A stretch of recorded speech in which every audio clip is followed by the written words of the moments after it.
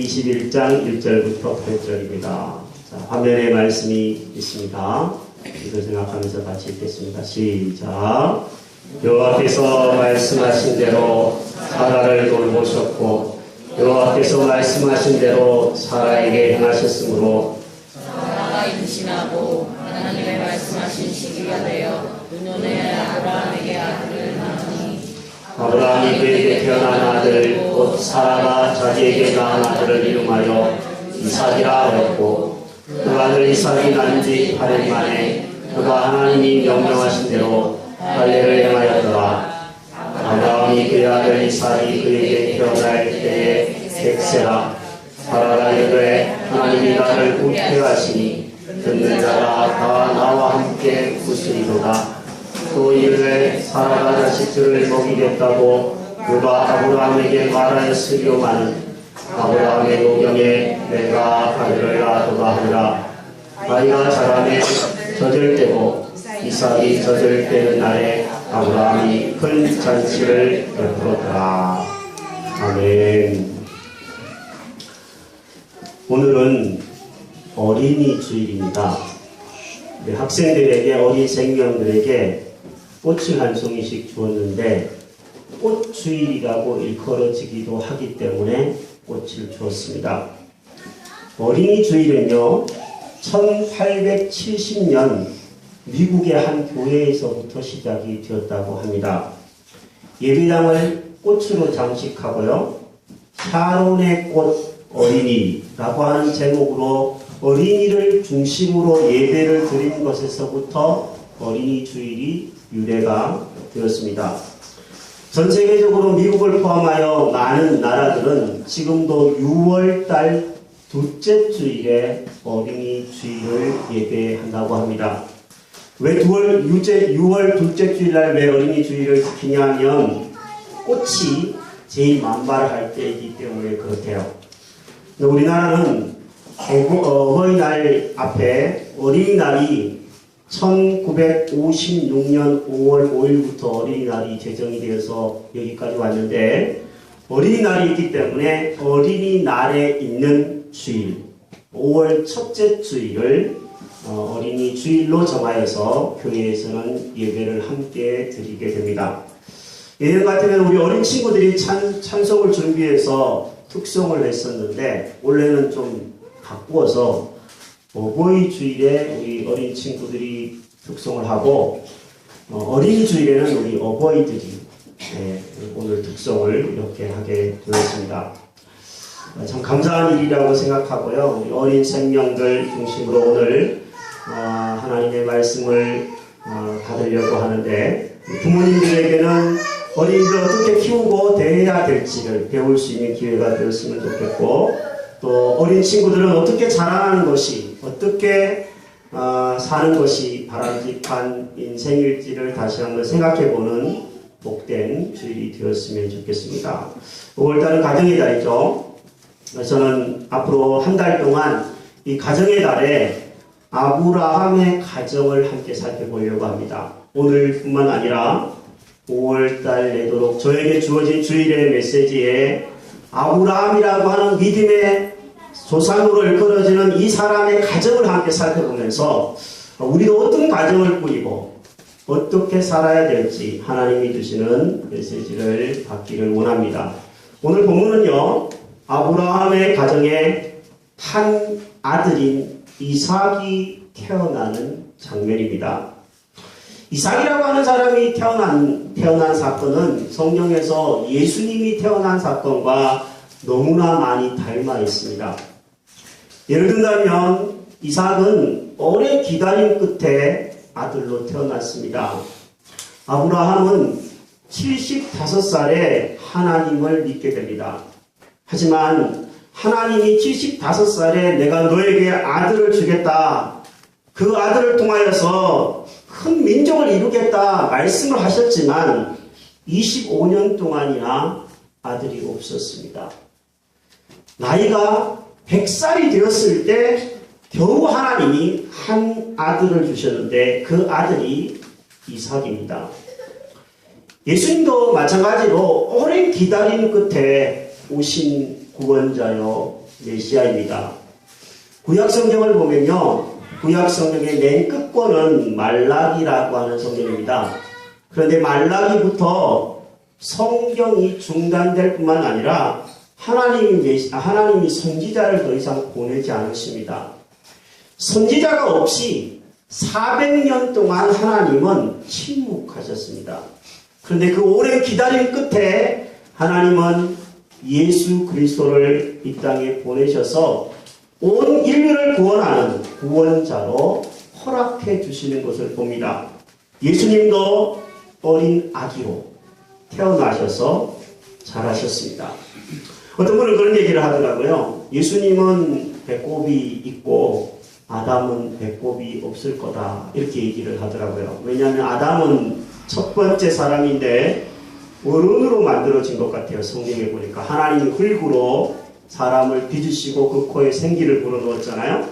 하지만 예수님은 그렇지 않습니다. 예수님은 갓난아기로 오셨어요. 그리고 자라셨습니다. 바로 하나님의 놀라운 섭리가 이 어린 아이들에게까지 있다는 것을 보여주시는 것이 아닌가, 저는 이런 생각들을 합니다. 하나님은 이렇게 오랜 기다림 끝에 이삭을 주시고 또 예수님을 주셨습니다.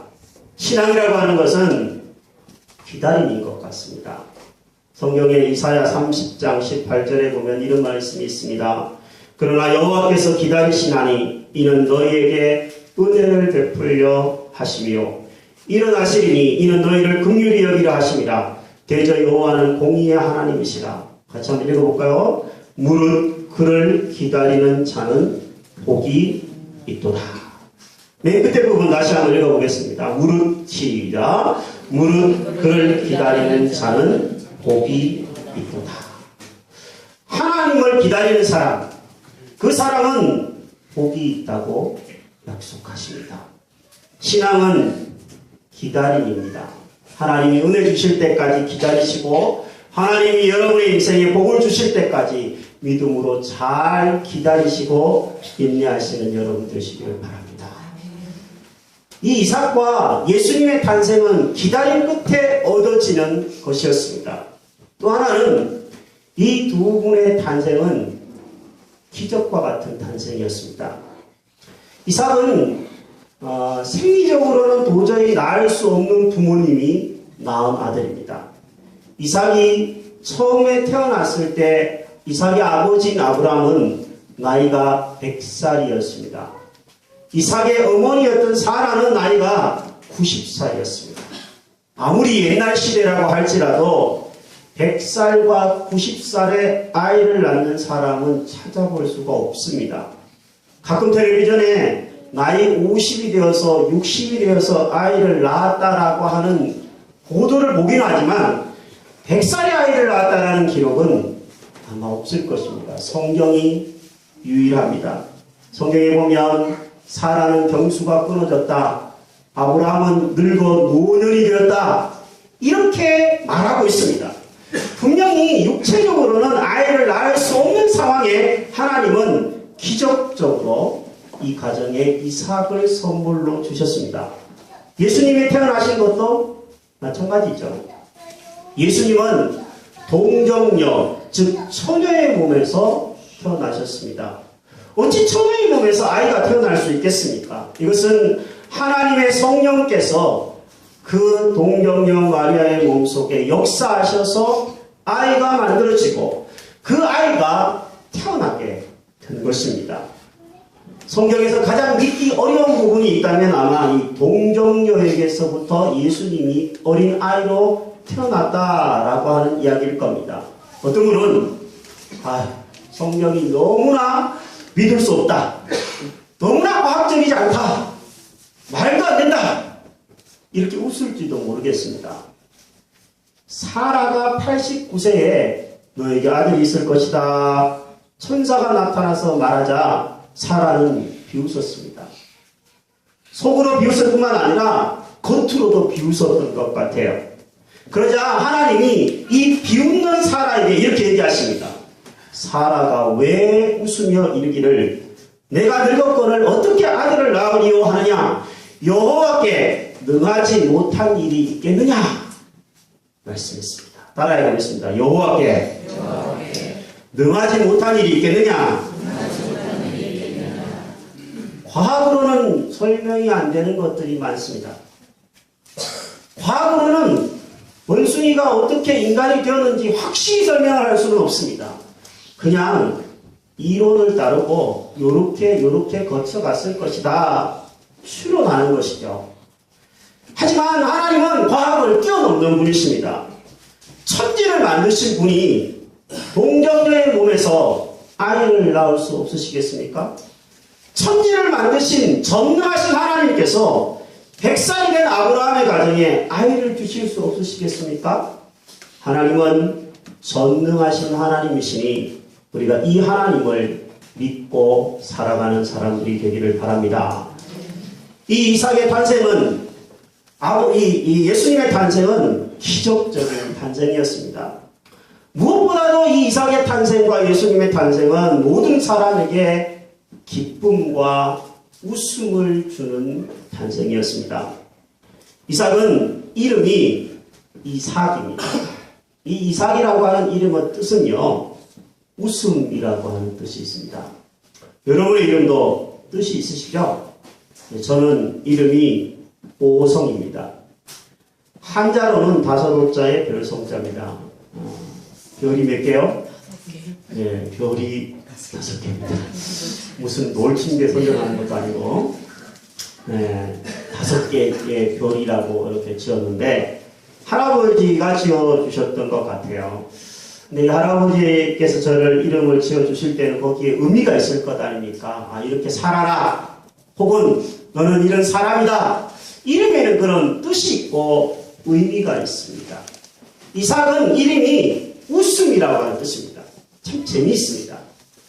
하나님이 이삭의 부모님인 아브라함에게 나타나고 사라에게 나타나셔서 이삭이 생기기 전 1년 전에 나타나셔서 말씀하셨어요. 너희 가정에 아들이 있을 것이다.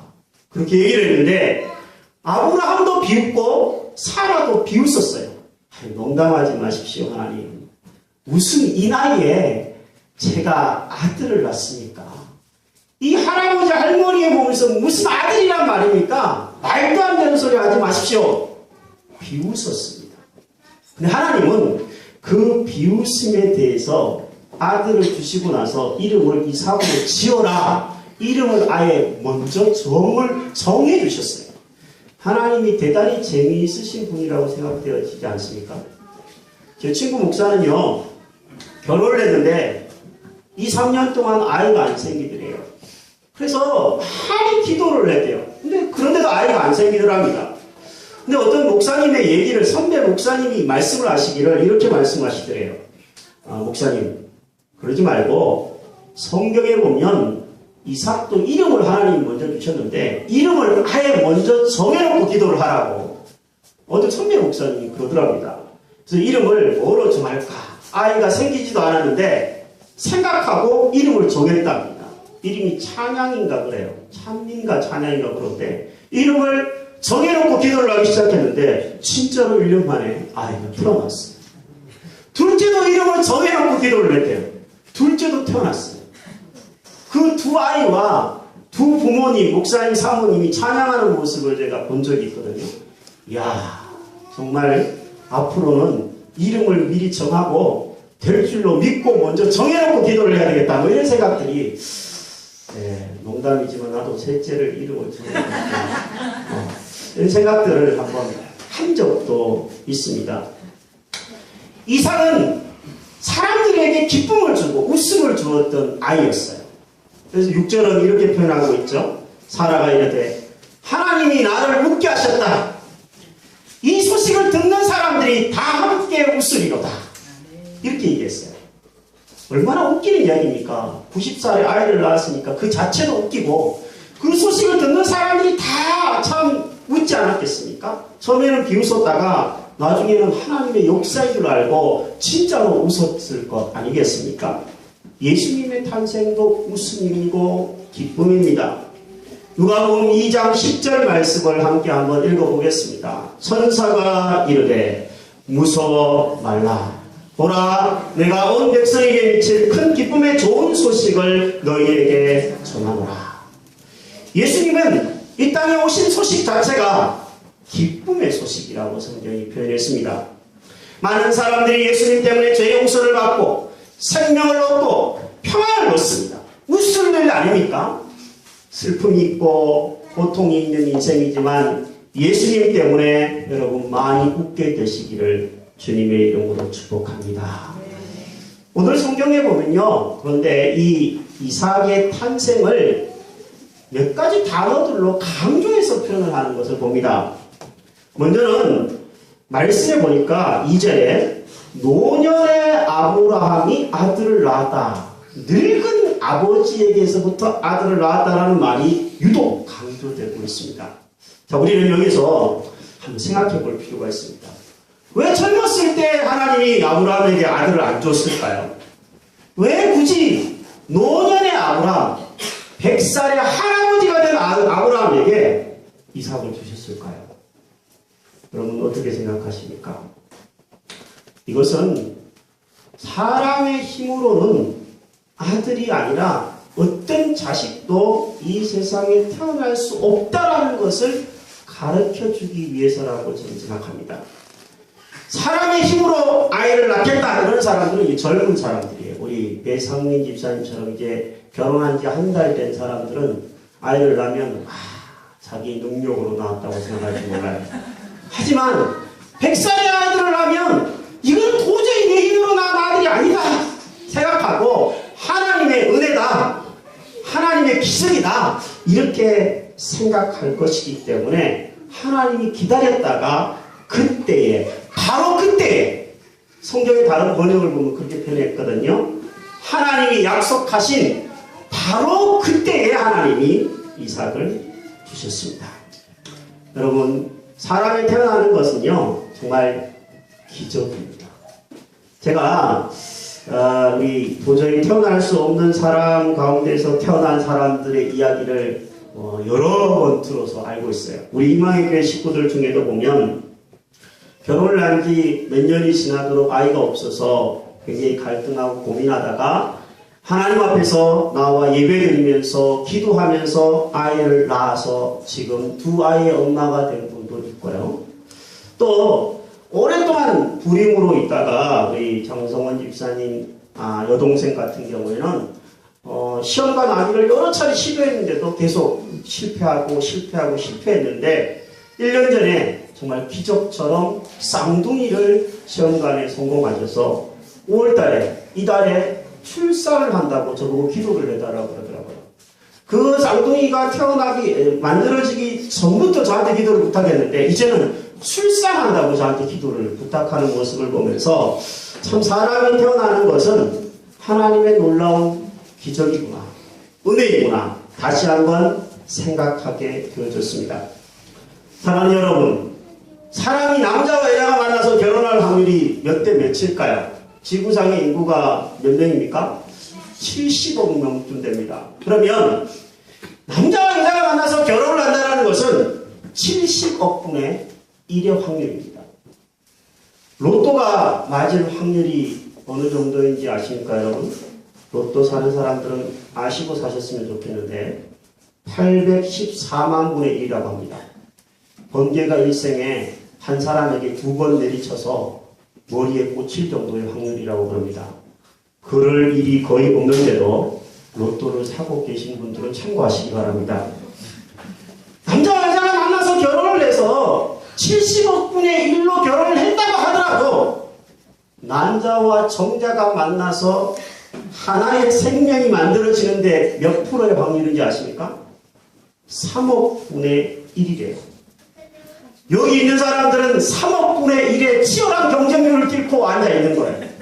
여러분은 어찌 보면 로또 맞은 기분으로 살아야 돼요. 사실 저도 그렇고 우리는 로또 맞은 사람입니다. 하나님의 로또를 맞은 사람이기 때문에 태어났고 지금까지 살아있는 줄로 믿습니다. 이것을 인정하지 못하는 사람들은 과거를 한번 보세요. 한번 살펴보세요. 저는 어떻게 태어났냐 하면 제가 1971년생입니다.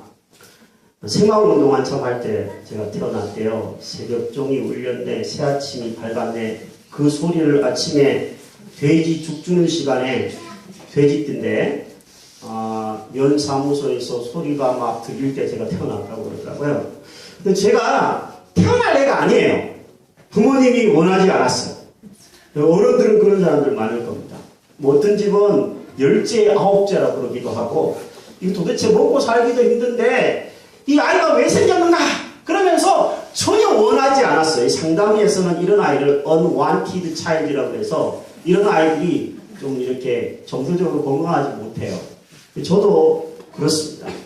저희 아버님 같은 경우에는 강원도 태백에서 황지라고 하는 곳에서 탄광에서 일을 하셨던 분이세요.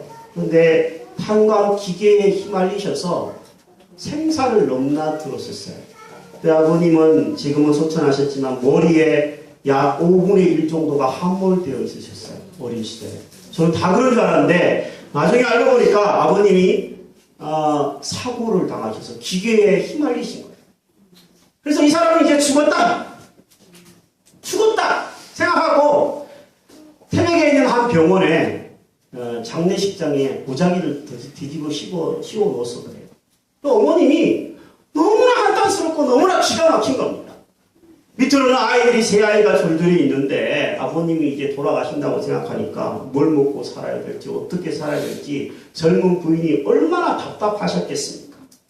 그 장례식장에 가서 정말 대성통곡을 하면서 울고 떼쓰고 그런데 아버님이 살아났어요. 다행히 기적적으로 살아나셨어요. 아버님이 병원에 한 1년 정도 이상 계셨던 것 같아요. 오빠 입원하셔서. 그런데 제가 그때 만들어줬습니다. 그러니 저희 어머니가 기뻤겠습니까? 저를 가졌다는 소식을 듣는 순간 화가 나가지고 장작들을 이만큼 되는 걸 막 폈대요. 연탄재를 발로 막 밟았답니다. 막 깼대요. 그냥 화나. 제가 제대로 먹었을까요? 어머니 뱃속에서 저보고 골골하는 목사라고 그러는데 여러분 제가 태어난 게 기적입니다.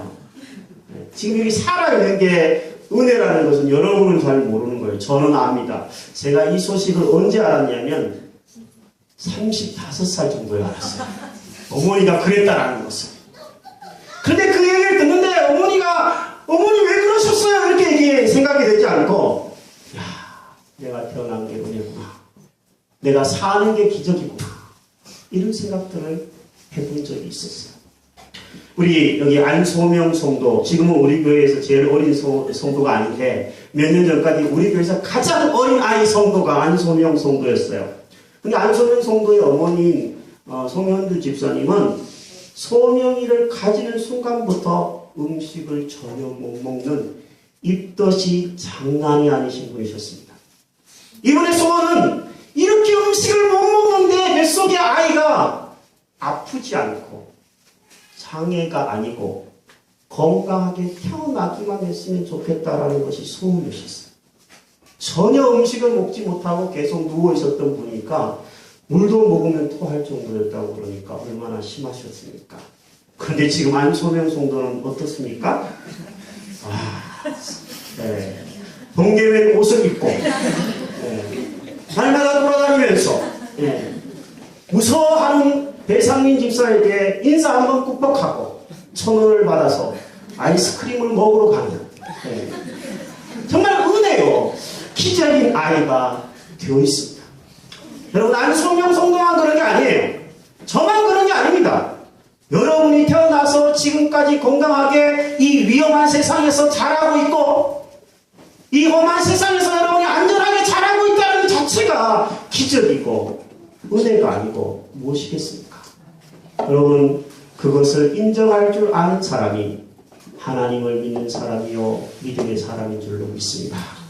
사랑하는 여러분, 저는 육체의 생명이 탄생하고 자라는 것이 기적이고 은혜라는 것을 말씀드렸습니다. 그런데 신앙의 생명, 영적인 생명은 더한 겁니다. 한 사람이 예수 믿기까지는 70여 명의 사람을 거쳐야지 교회에 오고 예수 믿는다라는 통계가 있습니다. 여러분 그 많은 사람들이 여러분들을 기도해주고 노력해주고 사랑해줬기 때문에 오늘 우리는 이렇게 교회를 출석하고 믿음을 가지려고 하고 있습니다. 무엇보다도 성부 하나님께서 태초전부터 여러분들을 계획하시고 선택하셔서 이 땅에 태어나게 하시고 성령 하나님께서 감화 감동시키셔서 예수 믿게 하시고 너는 내 것이라 부르셔서 이 자리에 앉아있고 예수 믿고 있는 줄로 압니다. 이게 기적이 아니고 은혜가 아니고 무엇이겠습니까?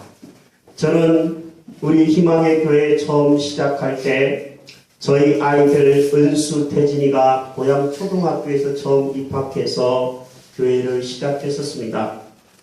근데 이 아이들이 이제 중학생이 되어서 성장하는 모습을 보니까 때로는 코밑에 수염이 시커먼 아들을 보면서 연동이를 사줘야 되나 뭐 이러고 있기는 합니다만 참 기쁜 것 같아요. 성장하는 모습을 보면서.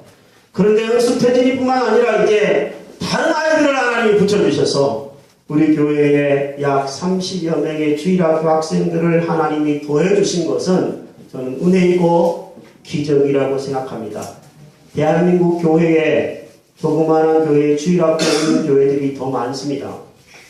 어른들보다 요즘에는 애들이 교회 안 와요. 다 놀러가고 다 재밌는 것을 쫓아가기 때문에 교회 안 옵니다. 그런데 제가 우리 교회에 아이들이 오는 것을 보면서 내 노력도 아닌데 내가 아이들하고 잘 놀아주지도 못하는데 하나님이 붙이시는 것은 은혜이구나. 하나님 더 지혜를 주시고 더 통령을 주셔서 성령 충만 주셔서 아이들 잘 가르칠 수 있게 해주십시오. 바라건대 이 아이들을 잘 양육시키고 이 아이들을 하나님 나라 일꾼으로 길러낼 수 있는 전도사님도 교사들도 더 붙여주십시오. 기도하게 되어집니다. 사랑하는 여러분, 여러분도 기도해 주시기를 부탁드립니다. 이 아이들이 세상에 나가면 어떻게 되겠습니까? 세상에서 놀면 어떻게 되겠습니까? 말씀을 마치려고 합니다. 요즘에 참 웃을 일이 많지 않습니다. 웃기보다는 오히려 눈물 흘리는 일이 참 많아지고 있습니다. 세월호 사건도 그렇고 또 지하철 사고도 갑자기 나서 온 국민이 불안해하고 슬퍼하고 눈물 흘리고 있습니다. 여러분 중에도 아마 텔레비전을 보다가 느닷없이 눈물이 주르르 흐르는 분이 있을 거라고 생각합니다. 저도 왜 이렇게 눈물이 많이 나는지 모르겠습니다. 하지만 이 백성의 우리나라의 사람들의 학부모님들의 그 눈물을 씻어주시고 눈물이 아니라 웃음을 가져다 주실 수 있는 분은 이 이삭의 가정에 그러하셨던 하나님처럼 우리의 하나님이 그렇게 하실 수 있는 유일한 분이라고 믿습니다. 아직 살아있는 생명, 아직 이 세상에 어린아이를 주시고 그 어린아이를 보면서 희망을 품고 계신 하나님의 마음을 생각하면서 우리 함께 웃을 수 있는 가정과 교회를 만들어 갔으면 좋겠습니다. 우리 교회에 처음 들어와서 이제 같이 신앙생활을 하는 영적인 어린아이와 같은 성도님들이 있습니다. 그분들 기존의 성도님들이 따뜻하게 인사하고 사이좋게 지낼 수 있게 되기를 부탁드립니다. 그것이 하나님이 기뻐하는 아버지의 마음을 실천하는 교회일 것입니다. 형제들, 특히 서로서로 한 가정을 이룬 형제들 화목하게 지내는 것이 하나님의 마음에 웃음을 가져다 줄 수 있는 길이 아니겠습니까? 저는 우리 희망의 교회가 불임 성도가 많은 장례식장 같은 교회가 되지 않기를 바랍니다.